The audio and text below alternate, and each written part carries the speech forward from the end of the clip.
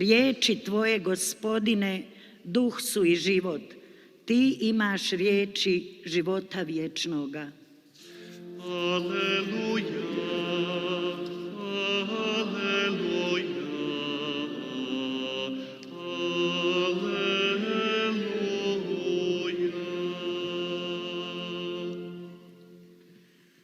Gospodin s vama. Navještaj Svetog Evanđelja po Luki. Slava tebi, Gospodine.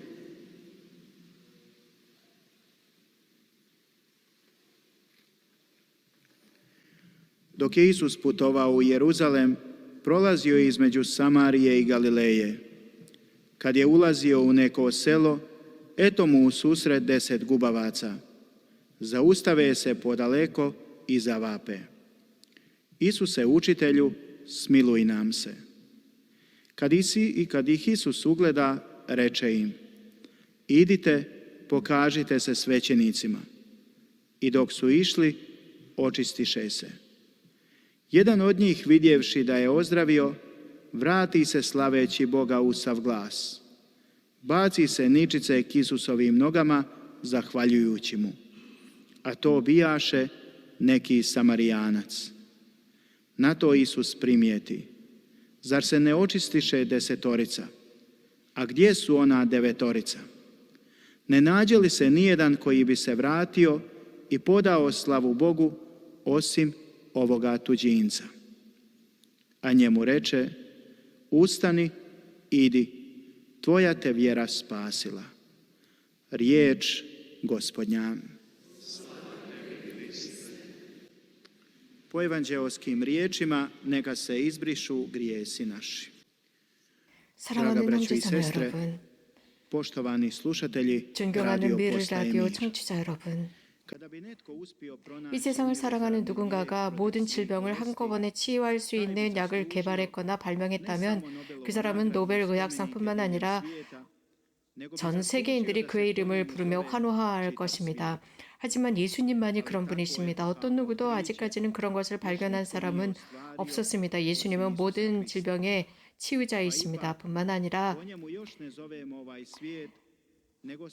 우리는 예수님의 그 탄생을 통해서 횟수를 세어갈 정도로 그분께서는 모든 것을 다 하시는 분이십니다. 오늘 복음에서 예수님께서는 많은 질병을 치유하십니다. 복음 곳곳에서 이런 활동을 하셨습니다. 예수님 앞에서는 당신께서 치유하시지 못할 질병은 어디에도 없었습니다. 오늘 우리들 앞에는 10명의 나병 환자가 등장합니다. 예수님께서 그들을 치유해 주십니다. 그들을 치유해 주시면서 그들의 삶의 나병도 치유하셨습니다. 나병이라고 하는 것은 당시에 가장 위험한 질병이었습니다.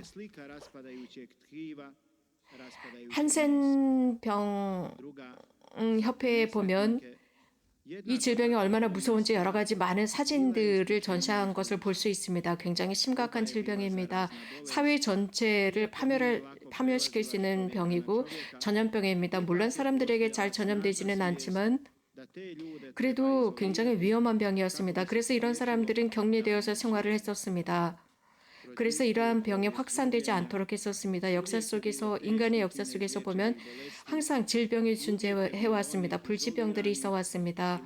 그래서 그들이 격리되어 있었습니다. 소위 말하는 배척당하는 사람들의 입장이 되어 살아야만 했습니다. 이 10명의 나병 환자들, 그들이 바로 이런 사람들이었습니다. 우리 모두는 사실 격리되었습니다. 자신들 스스로 격리되거나 이웃으로부터 격리된 생활을 한다고 할 수 있습니다. 우리들의 의지일 수도 있지만 타인들 때문에도 그럴 수 있습니다. 그러나 주님만이 우리를 바른 길로 이끌어 가실 수 있습니다. 오늘 이 복음 말씀을 들으면서 주님께서 우리들에게 보내주시는 메시지는 바른 길을 걸으라는 것입니다. 신앙의 길, 인류가 신앙의 길을 걸어야 한다는 메시지입니다. 예수님의 첫 번째 메시지는 이렇게 요약할 수 있습니다. 하나님, 내가 지닌 모든 것을 하나님께 감사드려라입니다. 그리고 하나님께 감사하는 법을 자식들에게 가르치고 다른 사람들에게 기다리지 말라라는 말이 있습니다. 그런 속담이 있습니다. 건강한 사람은 수천 개의 희망이 있지만 환자는 유일한 희망 하나밖에 없다. 치유에 대한 희망이다라고 했습니다. 바오로 성인께서는 말씀하십니다. 받은 그것에 감사하라고 했습니다. 아무것도 받지 않은 것처럼 굴지 말라고 했습니다. 우리가 받은 그 모든 것들, 우리의 모습은 바로 하느님의 사랑의 열매입니다. 우리들의 부모들을 통해서 우리는 생명과 사랑을 받았습니다. 주님을 통해서 건강을 받았습니다. 또 아직도 건강하게 살아가고 있습니다. 우리는 건강하든 혹은 건강을 잃었든 그것은 자연의 환경이나 혹은 개인의 여러 가지 문제에서 일어났지만 하느님께서는 우리들을 건강하게 창조하셨습니다. 10명의 나병 환자들, 그들은 이 질병의 고통을 당하고 있었습니다. 소위 말하는 da je sve što imamo i jesmo plod Božje ljubavi i dobrote. Od njega smo preko naših roditelja 동병상련이라는 말이 있습니다. 같은 사람들끼리 서로 기뻐한다는 말이 있습니다. koje 그들은 이스라엘 백성에게 속해 있는 사람들이었지만 그들은 나병을 앓고 있었기 때문에 배척당했습니다. 예수님을 보았을 때 주님, 저희에게 자비를 베푸소서. 드디어 예수님께서 그들을 치유해 주셨지만 단 한 명 이방인만이 예수님 앞에 돌아와서 무릎을 꿇고 감사를 드렸습니다. 그 9명은 어디로 갔느냐라고 주님께서 물으십니다.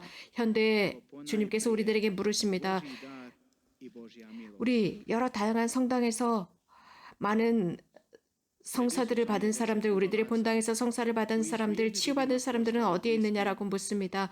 많은 은총을 주님으로부터 받은 사람은 어디에 있느냐? 어디에 크로아티아인들 어디로 갔느냐?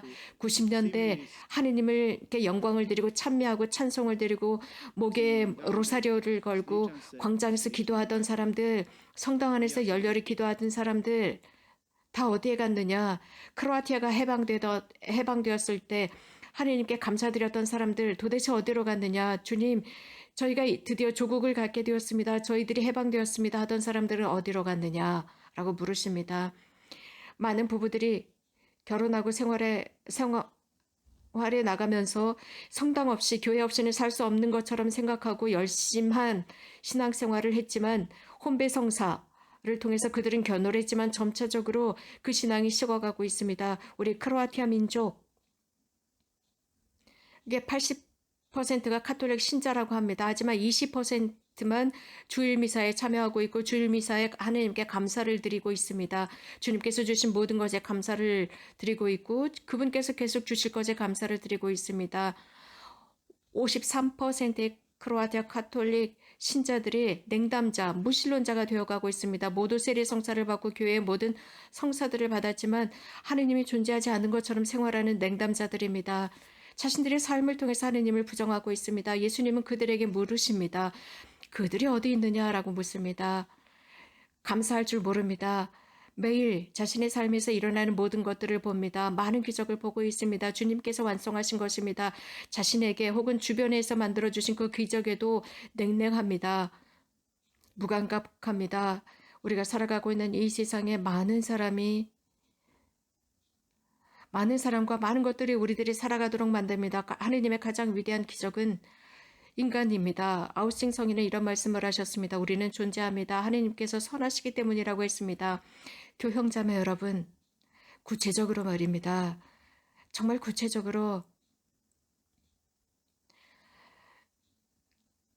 교통난이나 혹은 여러 가지 많은 자연재해 속에서 우리가 목숨을 구한 게 몇 번이나 되는지 여러분들 세어보았습니까? 수호천사들이 항상 우리들을 지켜주었습니다. 그런데 이렇게 되지 않았을 때, 순간적으로 어떤 불행한 일이 있을 때 하느님을 저주합니다.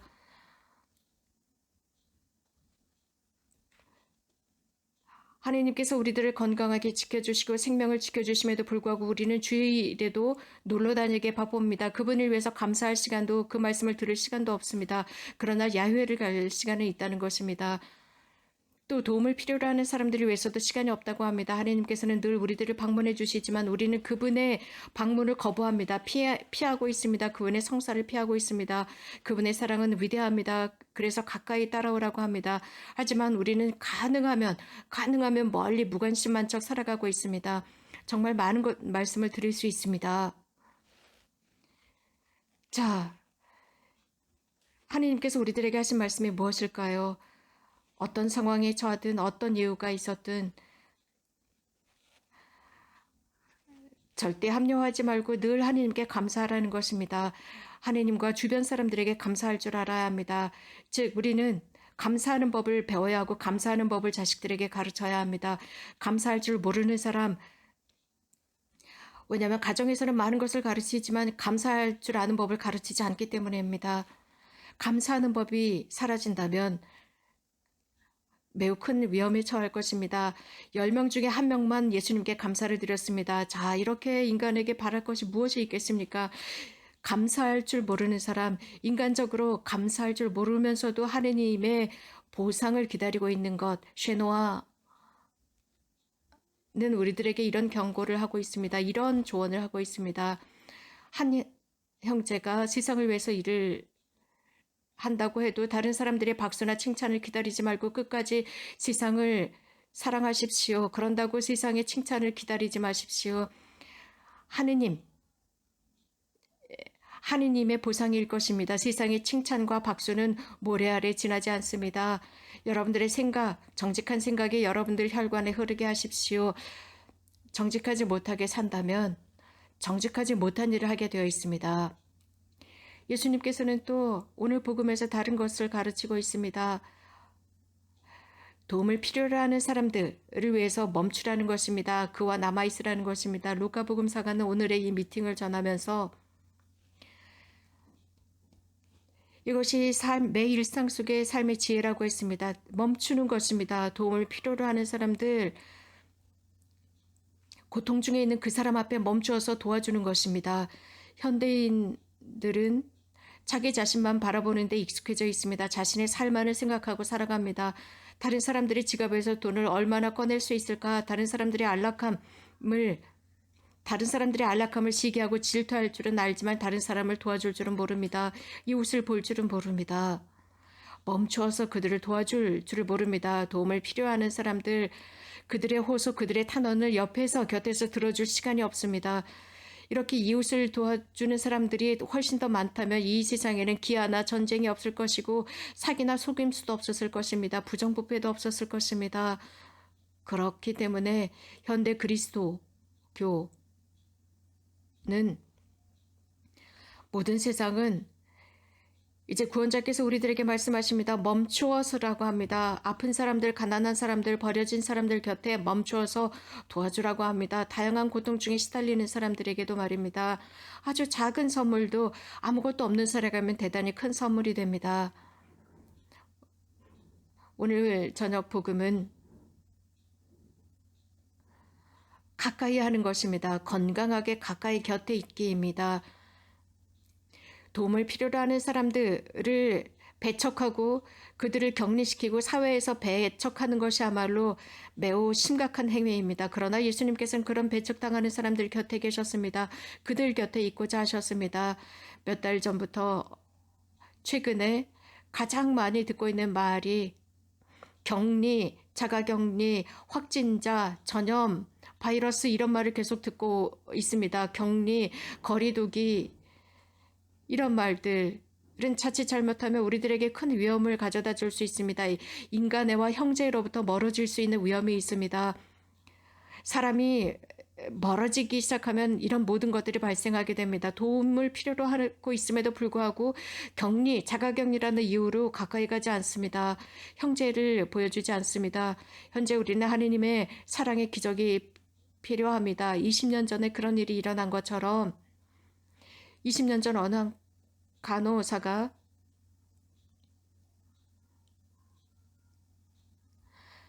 두 명의 자매가 있었는데 한 명은 죽어가고 있었습니다. 그때 그 간호사는 자신의 모든 사랑을 다해서 그의 생명을 구합니다. 1977년 9월 17일이었습니다. 버디슨과 그의 의사들은 그들을 기억하고 있습니다. 하이드는 임신 7개월이었을 때 수술을 해야 했습니다. 그리고 쌍둥이를 출산합니다. 생존할 수 있었습니다. 생존은 가능했지만 계속 치료를 받아야 했습니다. 그 아이들은 각각의 다른 인큐베이터에 들어가 있었습니다. 간호사가 그 아이들을 돌보고 있을 때 너무나 놀라운 광경을 보게 됩니다.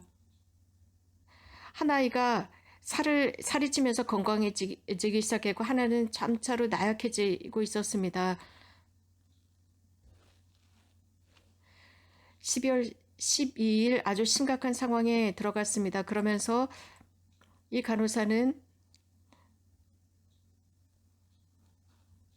병원의 규정을 어기고 이 두 아이 쌍둥이 자매를 한 인큐베이터에 넣기로 했습니다. 이렇게 한 인큐베이터에 넣었을 때 아이들이 바뀌기 시작했습니다. 비쩍 말라가고 더 어렵고 건강의 위험에 처해 있었던 아이가 건강해지기 시작했습니다. 이것이야말로 구원의 포옹이라고 할 수 있습니다. 그리고 이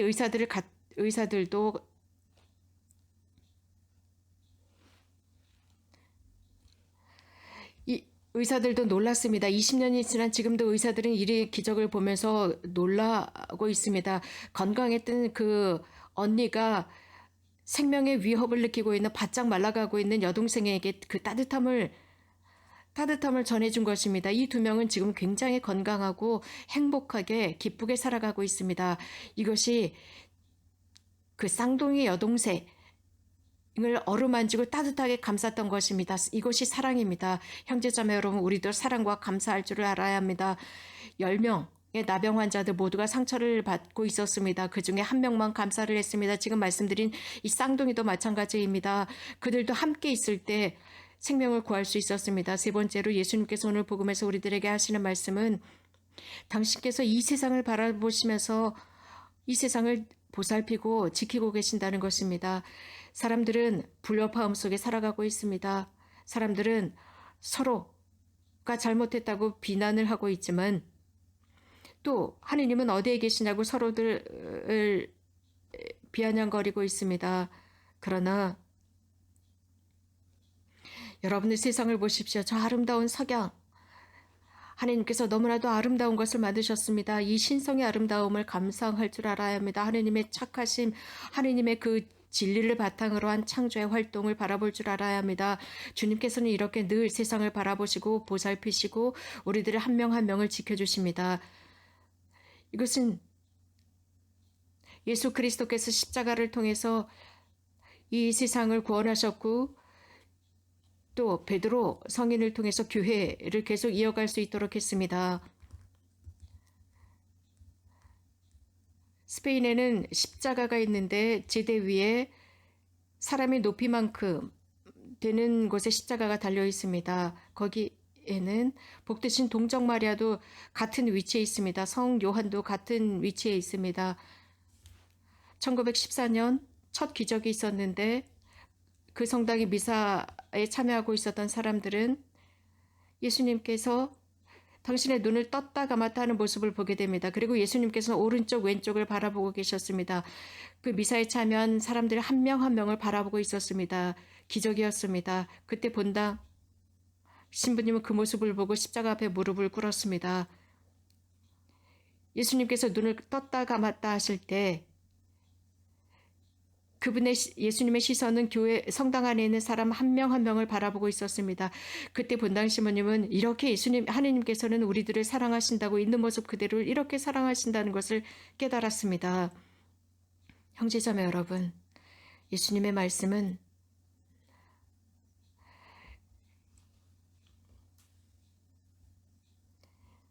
감사하라는 것입니다. 또 내 신앙이 너를 구했다라고 말씀하셨습니다. 굉장히 흥미로운 것은 예수님께서 이런 말씀을 누구에게 하셨느냐입니다. 죄인들이었습니다.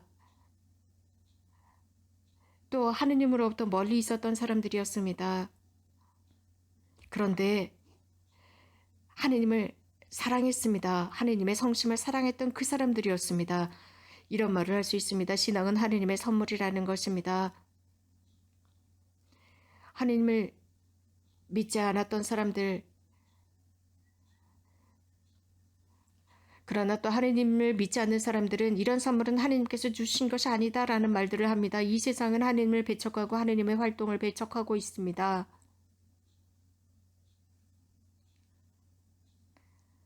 하느님께 우리가 무엇을 가져가야 할지, 우리들의 삶의 진실성은 하느님의 말씀을 선포하는 것입니다. 하느님의 사랑, 그 사랑은 우리들 각자를 향해 있다는 것입니다. 그분의 사랑을 우리는 사람들에게 증언하고 모범을 보이는 것입니다. 이것이 신앙입니다. 예수님의 그 시선은 항상 우리들에게 맞추어져 있습니다. 우리들의 활동과 우리들의 마음을 향해 맞추어져 있고 우리들을 보살피고 계십니다. 아멘.